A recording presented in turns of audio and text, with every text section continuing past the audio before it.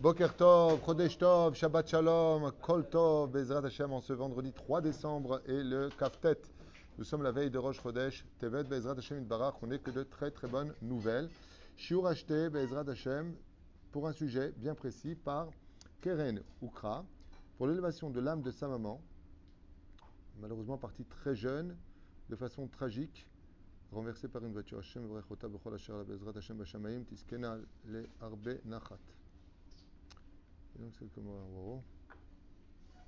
Hashem Yazor, Bezrat Hashem. Et ensuite on a Delia Sarah Bat Dorit Saïda et Yosef. Donc c'est son nom, Delia Sarah Bat Dorit Saïda et Yosef. Aléa Shalom, Roh Hashem Tenachena Began Eden Elion, Bechol Ashorvot Ima. Et en même temps, Bezrat Hashem, qui est une grande nechama pour tous les enfants. On comprend qu'il s'agit d'une très très dure épreuve, puisque le sujet d'ailleurs qui a été demandé, c'est comment soigner sa peine, sa colère, après une très très très dure épreuve. Et on peut dire que c'est vraiment une très dure épreuve, parce que les parents, je dis souvent, on ne remplace pas des parents, et on divorce pas.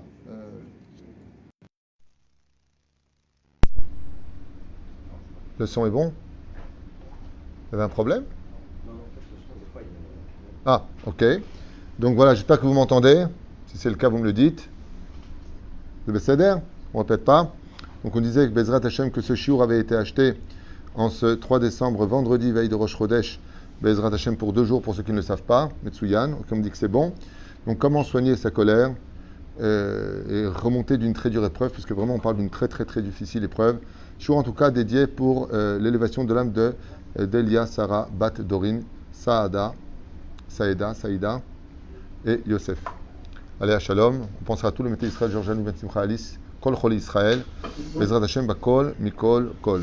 Alors d'abord, je voudrais tout de suite commencer ce cours parce qu'on a un deuxième shiur à faire tout de suite après. J'aimerais commencer ce shiur parce qu'elle a un grand rapport avec la paracha de la semaine. Quand je vous dis un grand rapport, c'est un énorme rapport, puisque toute la paracha de cette semaine de, justement, Miket, quand est-ce que ça finira, Miket, ce qui veut dire la fin, exactement parle de ce sujet-là, et c'est pour ça que je le fais avec cette grande question de comment surmonter les épreuves. Moi-même qui suis passé par cette épreuve très très très difficile, de perdre des êtres qui nous sont très chers, c'est quelque chose d'irremplaçable, c'est un manque énorme, c'est dur, il n'y a rien. C'est une bombe qui tombe comme ça en plein milieu. En plus, ça, c'est pas comme une personne qui est sur le point de partir après un long voyage sur la maladie, on voit que la personne se détériore, on se prépare psychologiquement. Là, c'est boum, c'est d'un coup, comme moi-même, je l'ai vécu dans un accident de voiture où mon épouse est remontée rejoindre son Gan Eden de façon tragique. Ce sont des choses qui sont extrêmement difficiles, donc je comprends parfaitement la douleur de ce qui a pu arriver, puisqu'il n'y a que celui qui l'a vécu qui peut vraiment le comprendre. Les autres peuvent l'entendre, mais on peut le comprendre. Alors d'abord et avant tout, j'aimerais vous dire une chose. On ne vient pas manger à table si on n'a pas fait à manger. C'est-à-dire que, je m'explique clairement, si on ne vient pas... si vous voulez, je vais changer la phrase pour que ce soit clair. On ne demande pas de la Emouna pour une épreuve le jour de l'épreuve. C'est la règle de toutes les règles. La Masechet Shabbat nous dit « Mishetarach be'erev Shabbat, yochal be'Shabbat ». Celui qui a de l'épreuve, quand tout va bien, qui étudie, qui se renforce, qui a vraiment, vraiment de l'épreuve, quand vient le boum sur la tête, alors ce qui se passe chez lui, c'est que tout ce qu'il a maintenant eu avec lui, à quoi ça ressemble, quand quelqu'un qui s'engage dans le désert, parce que la vie est une jungle, on ne sait pas ce qu'il y aura demain ou après-demain, on ne sait pas à quoi s'attendre dans la vie, eh bien quand tu vas dans le désert, prends beaucoup d'eau avec toi, on ne sait jamais, peut-être qu'il n'y aura pas d'oasis. Donc résultat des courses, si tu veux, Bezrat Hashem, surmonter une épreuve, quand tout va bien, étudie au maximum. Ça veut dire que c'est maintenant que tu as besoin d'Emouna. Maintenant, tu te charges. Pas quand vient l'épreuve, tu fais appel à la Emouna. C'est une erreur fatale de toutes les personnes qui ont perdu l'envie d'avancer, l'envie d'évoluer, l'envie de croire à un lendemain, vient du fait qu'ils n'aient pas travaillé d'Avka leur Emouna avant que ne vienne l'épreuve.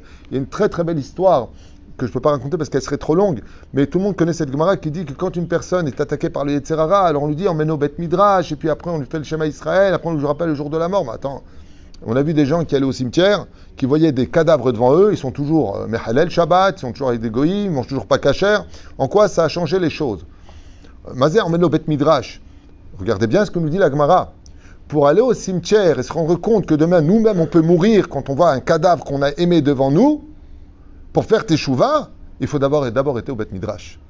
Ça veut dire que si tu n'as pas la émouna nécessaire, tu peux voir autant de corps que tu veux au cimetière, tu ne changeras rien de ta vie.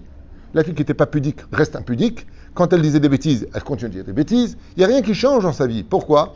Parce que la vie est une graduation. Si tu te prépares, Bezrat Hashem, à comprendre que Dieu veut vraiment ton bien, quand tout va bien, quand tout le monde est présent, que Béhémet, tout ce qu'il fait, c'est pour ton bien, quand tu es convaincu de cela, et que Dieu te prend quelqu'un qui est cher, que ce soit perdre son travail, perdre un enfant, perdre un mari, perdre une femme, perdre un papa, une maman, peu importe, ou un chidour qui casse, peu importe. Si tu sais que Béhémet, ça vient d'Hachem, ben l'épreuve, elle est beaucoup plus... Elle fait mal, elle est irremplaçable, elle donne de la peine, mais tu la surmontes. Tu la surmontes beaucoup plus facilement que quelqu'un qui commence à travailler sa émouna quand l'épreuve est déjà arrivée. Tu ne peux pas te soigner d'une peine si d'abord tu n'étais pas joyeux avant. En d'autres termes, quand tu vas chez le médecin et qu'il te dit qu'il faut prendre des médicaments, si tu ne vas pas à la pharmacie, tu n'auras pas les médicaments. La pharmacie de notre vie, c'est notre émouna qui est travaillée, et la pharmacie n'attend pas que tu sois malade pour exister. Elle est là. Et on demande, il y a une pharmacie, alors on va à la pharmacie chercher les médicaments. Ainsi donc est la vie de chaque personne sur Terre. Si tu ne crées pas une pharmacie dans ton cœur, comment tu peux aller chercher les médicaments pour te le relever de ta peine? Ça, c'est ce qu'on appelle la émouna. Alors tu peux traverser tous les océans de la vie. C'est la première règle. La deuxième chose, c'est l'espoir du lendemain. Combien d'épreuves on a eu dans la vie? Combien de choses on a eu dans la vie? Tu perds une maman de façon tragique, un enfant d'une façon tragique. Ce qui a été aussi mon cas, qu'il ait vécu. Une femme, un enfant, c'est très dur. La maison qui a été prise par la banque, c'est ça, je ne suis pas venu raconter ma vie. Je fais participer que ce que je vous dis, je l'ai vécu, ce n'est pas de la philosophie. Eh bien, tout ce qui se passe dans ta vie ne peut avoir de l'espoir que si tu penses au lendemain. Quel rapport avec Yosef? Ils l'ont sorti, Otto, Minabor. Ils l'ont fait courir du trou où il était vers l'avenir. C'est-à-dire que si tu ne vois pas demain qui est la lumière de ton présent, ta bougie s'est éteinte. Ton âme est tombée. Bevadaï. Tu sais, je vais te dire une chose. Comment on dit en hébreu demain? Mahar. Comment on dit pitié en hébreu? Rahem. Le mot demain, dit le Ben Ishraï, c'est les lettres du mot Rahem. En d'autres termes, on le dit d'ailleurs en français, après l'orage, le beau temps. C'est-à-dire qu'aujourd'hui, je suis peiné, mais demain, tout va aller. Je me souviens, Alav Shalom, un grand tzaddik que j'ai eu le mérite de connaître puisqu'il était mon rav pendant 2 années, c'est le rav Tzukerman, Rabbi Yoshua Tzukerman, Zecher Tzadik Libracha, Valach Lepet Olamo. Quand j'étais en deuil de mon épouse, il m'a posé une question à la fin du deuil, je crois au 30e jour, exactement, il m'a dit, qu'est-ce que tu comptes faire maintenant? Et je l'ai regardé avec un regard triste, mais le sourire sur les lèvres, et je lui ai dit, me remarier. Il m'a dit, d'où tu as cette force de repenser au mariage alors que tu viens de perdre ta femme? Et je lui ai répondu, je vis la réalité des choses. Si Dieu m'a donné le mérite d'avoir été marié avec une telle tzadékette, est-ce qu'il ne pensera pas à moi demain pour un meilleur avenir? Si tu t'arrêtes à aujourd'hui, ta vie elle est foutue. Mais si tu t'arrêtes à demain, que tu ne connais pas encore, tous les espoirs sont devant toi. Il y a un avenir. Malheureusement, qu'est-ce que font les gens? Quand malheureusement, ils divorcent et qu'ils ont des enfants, ils vont commettre l'erreur fatale de dire la plus grosse gourde de leur vie. Je ne vis que pour mes enfants. C'est des ch'touillottes. Parce que tes enfants, ils n'ont pas envie d'avoir une maman ou un père épave. Vis pour toi et devenant un soleil, là tu vis pour tes enfants. Parce que tes enfants vont grandir, ils vont se marier, vont faire leur vie et toi tu vas être toute seule. Ou tu vas être tout seul. C'est une façon de s'accrocher à une espèce de joker qui ne tient pas la route. De dire je ne vis que pour mes enfants. Parce que tes enfants, ils n'ont pas besoin que tu vives pour eux. On n'a jamais vu des orphelins mourir de faim parce que les parents n'étaient plus là. Mais si tu veux être un père et une mère pour l'avenir de tes enfants, sois un soleil et non pas un nuage gris en disant « Mais mes enfants, je suis là pour vous. Mais moi, je me suis donné corps et âme pour vous. » Mais qui t'a demandé de le faire? Les parents, ils ont besoin. Les enfants ont besoin de voir des parents heureux. C'est ça le message qu'on doit leur donner. Épanouis, solides, qui ont réussi leur vie et qui n'ont pas levé l'étendard de l'échec en disant « Malgré tout, je suis resté vivant, mais que pour vous. » Si je ne suis pas là, moi je serai mort. Ben, ça veut dire quoi? Tu nous prends en prix. Vous voyez ce que je veux dire? C'est très joli, c'est une belle conscience, mais ça ne construit non seulement rien, je dirais même que ça détruit la vie des autres. Quand tu veux, comme j'ai souvent donné cette image, une grue qui n'est pas bien fixée, elle ne peut pas lever du poids, elle se casse sa figure avec le poids qu'elle voulait lever. Donc si tu n'es pas bien boulonné, si tu n'es pas bien construit, comment tu veux lever ton avenir? Et c'est pour cela qu'il faut aussi des fois, sur le domaine psychologique, laisser le temps passer. La Gemara nous le dit, la halakha nous a prescrit. Tu perds quelqu'un qui est important, tu as une très dure épreuve, tu viens de perdre ton boulot, tu ne sais pas où tu vas, tu as envie de pleurer, pleure. Je vous dis, non, ne pleure pas, mais pleure. Vide-toi, parce que tu en as besoin, ça fait partie d'un processus. Vous savez, quand on fait une vidange, ouais, on va mettre de l'huile pure dedans, mais qu'est-ce que tu fais avant? T'enlèves quoi?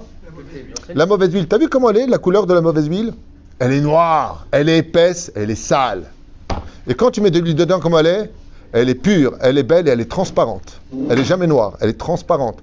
Péroucha d'avar, que des fois, quand tu as un truc qui ne va pas, que tu vois que le système mécanique de ta vie ne marche pas, eh ben, enlève la marachora, fais une vidange. Tu as envie de pleurer? Pleure, t'es pas bien.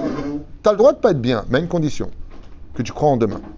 Les seules personnes dont la tristesse est négative sont ceux qui sont tristes, ouais, qui ont oublié qu'il y a un lendemain. Il y a un très beau message de la Torah qui s'appelle Tisha B'Av. C'est une mitzvah de triste, ça, Tisha B'Av, vous vous rendez compte? Mais à une condition, que tu sais qu'il y a tout B'Av. C'est fou, hein? C'est-à-dire que c'est un truc de malade. Tisha B'Av n'a le droit d'exister que parce qu'il y a tout B'Av. C'est pas normal. Réponse si.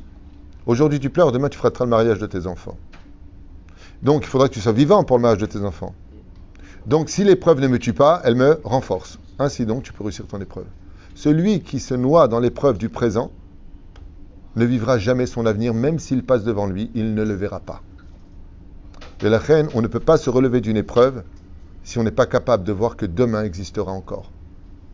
Moi, je me souviens combien de fois les gens m'ont dit ouais, demain c'est le procès, si je perds tout, je suis un homme mort. 3 ans plus tard, je rencontre le mec, je lui dis alors, t'es pas mort toi? T'as perdu le procès, j'ai entendu, il me dit Baruch Hashem, depuis je me suis relevé. Fais confiance à l'avenir. Toutes les personnes qui se sont suicidées sont des personnes qui ont oublié que demain existait. La troisième chose qui vient de cette paracha que j'ai noté à toute vitesse Torquedé et Shtamecha Vechatargum qu'on vient de faire ensemble, alors j'ai noté dans les passages, parce que toute cette paracha ne parle que des épreuves, et je vous ai noté quelque chose de magnifique ici, Mamash, qui est marqué dans la Torah. À propos de l'espoir du lendemain, regardez ce qui est marqué. Quand Yosef traduit les rêves, d'accord? Qu'est-ce qu'il dit à Pharaon? Tu vas avoir cette année d'abondance, une abondance tellement importante que tu pourras mettre autant que tu veux pour toute la terre entière pour cette année de famine. Donc l'abondance, elle est waouh, ouais. Et pourtant, regardez bien ce que nous dit la Torah à ce moment-là. Je suis dans les textes. Regardez bien cette Torah, combien elle est pure. D'où tu apprends la plus belle psychologie. C'est pas de Freud, c'est pas des philosophes à deux balles, c'est de la Torah. Regardez bien ce que vient nous apprendre la Torah. Ine sheba shanim baot seva gadol. Une super année d'abondance. Dans la vie, on a toujours tous eu des moments assez magnifiques. Des années d'abondance. Le mariage, la naissance de vos enfants, la belle-mère qui vient à la maison, avec qui vous entendez très bien. C'est des grands miracles. Bechol eretz Mitzrayim. Donc la Torah insiste et nous dit des années, Habibi, tu vas kiffer taras. Des moments magnifiques. On est bien d'accord? Regardez la Torah, ce qu'elle nous dit. Vekamu, boum, vient un truc qui ne va pas. Sheva, Shene Ra'av, Hareen. Viendront maintenant 7 années, ouais, de famine. Et regardez le mot de la Torah. Il est magnifique. Il est unique. Il vaut le coup d'être entendu jusqu'au bout. Vanishkach kol asava be'eretz Mitzrayim, vechila rav et haaretz. Le mot vanishkach, il me fait trembler. Vous savez ce qu'il dit? Nous apprend la Torah ici. Un secret le plus extraordinaire. Tu as eu, par exemple, 20 ans de vie, mais vraiment, tu as grandi dans des grades de soie. Tu as eu le papa, le blond, la mère, elle était waouh. Tes frères et sœurs, c'est tous des blonds à la maison, ok? De Gad Elmaleh, des gens super et tout ça. Tu as une épreuve dans ta vie. Tu as une épreuve. J'ai rien dit, hein? Une épreuve. Vanishkach et kol asava. La Torah, elle nous dit, pourquoi Yosef, il trouve des solutions pour le lendemain? Il dit, tu sais maintenant ce qu'il faut faire? Il y a toujours une solution. Quand il y a une épreuve, Elohim, quand il donne une épreuve, il donne la solution avec à l'intérieur. Il dit, tu sais pourquoi tu ne trouves pas la solution? Vanishkach et kol asava. Tu as oublié toutes les années de bonheur que tu as eues? Les mecs, ils ont eu, Baruch Hashem, une superbe vie, des super bonnes nouvelles. La vie est faite de haut et de bas. Très bien. Dès que vient l'épreuve, on a un système de Yetzer Hara qui est très fort. Il nous faut toujours oublier les super moments qu'on a eus dans notre vie. Tu as oublié le jour où tu as fait ta alia, tu as oublié le jour où tu as eu enfin ton fils, tu as oublié le jour où tu as fait une super affaire, que tu es parti en vacances au Mexique à droite ou à gauche, tu as oublié ces beaux voyages que tu as dit, j'oublierai jamais ces moments. Oh, tu as dit, j'oublierai jamais. Où ils sont ces moments? Où ils sont? Vanishkach et kol asova. On a oublié tout le bon. Et qu'est-ce qu'on dit? On va se détruire la vie. De toute façon, j'ai jamais eu de chance. Quoi? D'où tu n'as pas eu de chance? Vanishkach. On oublie. Ma femme, un jour, elle a dit quelque chose de très, très, très, très important à une personne que je retiens et que j'enseigne en son nom parce que ça vient d'elle. Elle a dit, même si tout le monde le sait, hein, mais des fois on oublie ce qu'on vit. Elle a dit combien d'épreuves on a eu dans la vie. Et puis, quand l'épreuve est passée, tu poses la question, elle dit, moi, toi aussi tu as eu cette épreuve. Ah ouais, bon, je parle plus tard. Ou alors quand la personne explique, elle dit, ouais, moi aussi j'ai été ruiné, moi aussi j'ai eu ça, moi aussi j'ai perdu mes parents, moi aussi j'ai perdu mes enfants. Combien? Combien avec combien? Je me rappelle qu'il y avait une femme à Paris, une grande sadéka qui s'appelle Patricia, et elle a perdu son fils dans une noyade dans la piscine. Et je faisais un cours chez elle, justement pour l'élévation de l'âme de son enfant, qui est tombé dans la piscine, et malheureusement, elle a chlébet au lamo. Et de l'autre côté, il est parti à l'âge où il devait partir selon les plans divins. On ne rentre pas dans les détails. Je lui avais dit comme ça, Patricia, le Dvar Torah qu'on vient de faire chez toi, elle vivait dans le 16e arrondissement, je te promets que tu te remarieras, et je te promets que tu auras des enfants. Veine, 3 ans plus tard ou 4 ans plus tard, je ne me rappelle pas, j'ai le mérite de la marier à Yerushalayim, à l'Eshiva de Oreliaou, avec mon Rav, il y a beaucoup d'années de cela, et elle m'annonce, 1 an et demi plus tard ou 2 ans plus tard, qu'elle est enceinte de 2 magnifiques jumeaux. Kachayu Advarim. Elle m'a dit un jour, tu m'as redonné le sourire à la vie. Je lui ai dit non, je t'ai simplement rappelé que demain existait, c'est tout. Il y a demain. Oh, attends, laisse passer la douleur. Quand c'est frais, qu'est-ce que tu veux? Tu perds quelqu'un, tu sautes de joie? Non. Haké, tu perds quelque chose d'important, haké. Il y a un temps de douleur, il y a un temps de renouvellement face à l'épreuve. Le mec, il a travaillé 12 ans dans une super société, ok? 12 ans. Il a été payé 12-13 000 shekels par mois. Il a été mis à la porte. Qu'est-ce qu'il voit? Je ne comprends pas. Maintenant, on me met à la porte. Mais t'as quitté Todak pendant 12 ans, tu n'as pas galéré. C'est ça que te demande la Torah. Et c'est pour ça que Yosef trouve la solution. La différence entre Pharaon et Yosef, c'est que si Yosef de lui-même lui donne des solutions, c'est parce que Pharaon, il n'en a plus. Il est en train d'avoir de l'abondance, il pense déjà à demain la rasera. C'est la rasera du siècle, ça. Le mec, tout va bien maintenant, il dit, mais comment on va faire demain si la France, elle s'arrête, si le truc s'arrête Oh, Dieu existe, de quoi tu plains? Tu crois que c'est l'autre qui te donne ta nourriture? C'est Dieu. Va collier beseder. Zeperoucha d'abord. Quand ça va pas, qu'est-ce que tu fais? Écoutez bien, ce moussard de la Torah de la Paracha, il est unique. Qu'est-ce que dit Yosef comme solution? Quand va venir des années de famine, tu n'as plus rien à bouffer, tu es à la panime, tu es mort, ok? Qu'est-ce que tu fais? N'oublie pas de prendre les années de bonheur et de les mettre dans les moments de malheur. Le mec, il se marie, il n'arrive pas à avoir d'enfant. Mais avant qu'il se mariait, son malheur, c'était pas de se marier. Tant que Dieu t'a pas encore donné un enfant, ouvre ton album de mariage et rends-toi compte de la chance et du bonheur d'avoir trouvé une kala. Vezeyakel et Chabahaim. Tout un petit exemple. Pesachakol Katan, et qui veut tout dire. Qu'est-ce qu'il dit Yosef? Tu veux soigner les années de famine? Va chercher les années de bonheur. Ouvre les albums et mets-les devant toi. Tu vas dire, ouais, mais il manque. Il manque toujours. Parce que s'il ne manquait plus rien, tu n'aurais plus rien à faire sur terre. Zeperoucha d'abord. L'exemple que je voulais vous prendre, c'est toujours dans la suite de cette paracha qui est magnifique. Vayomru anachnu alachenu. Alors, maintenant, qu'est-ce qui se passe? Il se pose la question pendant l'épreuve où Shimon est prisonnier chez Yosef, et Réhouven ouvre la bouche et il dit Vayomru anachnu alachenu asher raenu tzarat nafsho vitraneno. Et il s'est plaint, et on n'a pas entendu notre frère. Quand une épreuve vient à toi, c'est parce que tu fais un tikkun. Tu fais un tikkun, c'est une réparation. Ouais. Vous avez déjà vu une voiture quand elle est en réparation, le capot est ouvert, tout est à l'extérieur, il n'y a rien qui marche. Et le mec, tu vas démonter la culasse, le machin, le truc, je te cale à l'intérieur, et il démonte les pistons, et dit oh, elle est morte la voiture telle que tu l'as rendue. Non, pas du tout, je suis en train de la rendre nickel. Les épreuves, avec le temps, nous apprennent à voir clair dans l'avenir. Comme on le dit souvent, il y a des gens qui sont professionnels sur le papier parce qu'ils ont leur théoudot, et puis il y a des gens qui ont l'expérience. L'expérience, comme on le dit, l'école. Non, l'expérience de la vie, c'est la vie est une école. Comment? La vie est une école. La vie est une école, exactement. Mais la reine Omer Po, dans la Torah, quand ils se rendent compte qu'ils demandent Binyamin et qu'ils prennent Shimon en otage, qu'est-ce que disent les frères? Oh, si cette épreuve nous arrive, c'est parce qu'on fait un tikkun. On a un tikkun. Peut-être qu'on n'a pas eu pitié de notre frère quand il criait dans le trou, disent les frères. Peut-être qu'on a raté une occasion de donner plus d'amour à l'un, plus d'amour à l'autre. plus de compassion. Peut-être qu'on aurait dû être à la hauteur de ce que Dieu attendait de nous. N'oublie pas que dans chaque épreuve, hormis le fait de grandir pour voir si tu as la capacité de vivre ta Torah et non plus de la savoir grâce au fait de dire je crois en Dieu, il n'y a pas comme Dieu, et quand vient l'épreuve, où est Dieu, pourquoi il m'a fait ça? Oh, dit le Ramchal, n'oublie pas un détail. L'épreuve est pour te rappeler exactement où tu en es dans la vie de ta Torah et non pas dans le savoir de ta Torah. Velkan Omer Po, apparemment nous avons un tikkun à faire, c'est Reuven qui parle. Dans cette paracha. Kilo Shamanu et Tzaakat Achinu, on n'a pas entendu le cri de nos frères, le pauvre, comment il a crié vers nous. Ensuite, même quand il se trouve j'ai noté aussi quelque chose qui montait constamment à mon cerveau, grâce à Dieu. Et qu'est-ce que fait Yosef? Il remet l'argent pour lequel ils ont acheté le blé dans leur sac. Je sais pas, moi je fais un truc comme ça, je gagne de la... Qu'est-ce que je dis? Waouh, une super bonne nouvelle, c'est une bonne nouvelle. La Torah vient nous apprendre que les bonnes nouvelles sont aussi des épreuves comme les mauvaises nouvelles. Seulement toi tu les traduis mal. Qu'est-ce que répond à ce moment-là Reuven, les frères? Même quand ils trouvent l'argent dans leur sac, ils disent Elohim nous a mis à l'épreuve, qu'est-ce que veut Dieu chez nous? Je sais pas si c'est une bonne nouvelle. Mais ils ont oublié. En plus, Alpi Halacha, si un non-juif a oublié ceci et cela, tu n'es pas obligé de lui dire. Donc là, ils sont bien. Chacun retrouve son argent qu'il a acheté avec le blé dans son sac.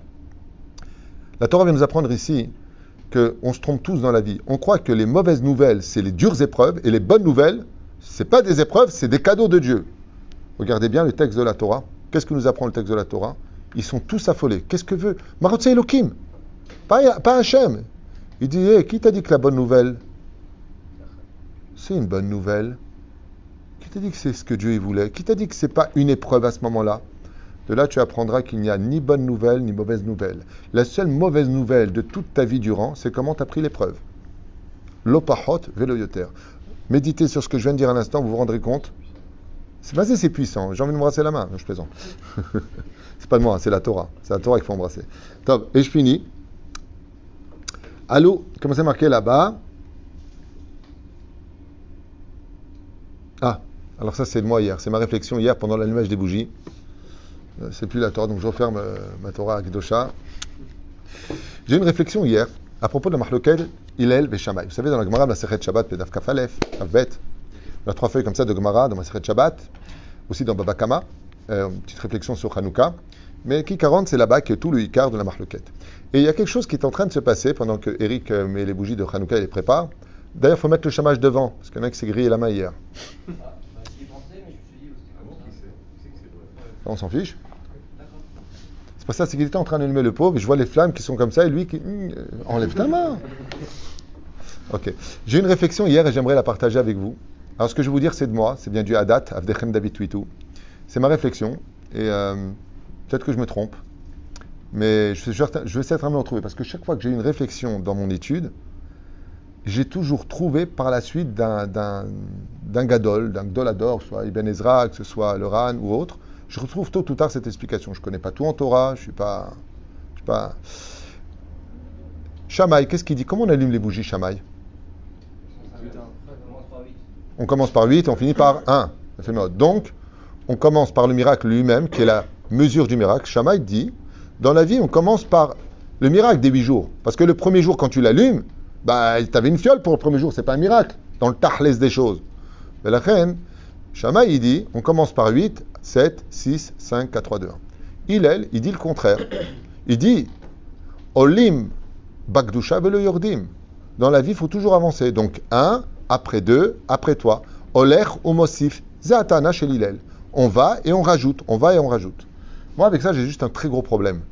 Hier, en allumant la 5e bougie avec mon épouse et celui qui était présent, j'ai eu un très très gros problème en allumant. J'ai dit, mais si je vais selon la Svara de Hillel, et regardez comment cette réponse que j'ai trouvée, qui me montait à l'esprit grâce à Dieu, peut-être que c'est des bêtises, mais je ne pense pas, vient répondre parfaitement à Hillel.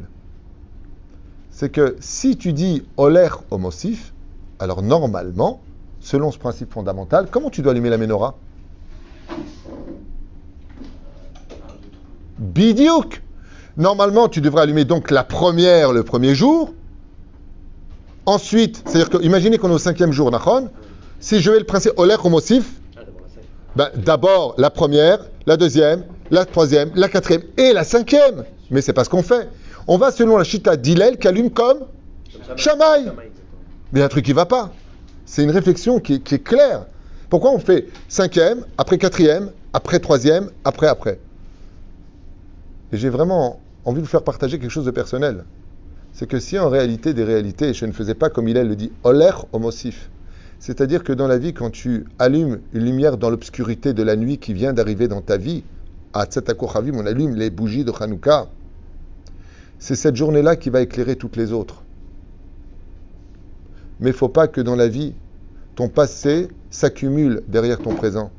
Ça veut dire que oler homosif, quand tu viens rajouter un jour nouveau dans ta vie, il faut pas simplement qu'il soit la lumière de ta journée, mais il faut que cette journée qui est devenue lumière soit capable de réaviver la lumière des autres jours qui peut-être n'étaient pas réparés.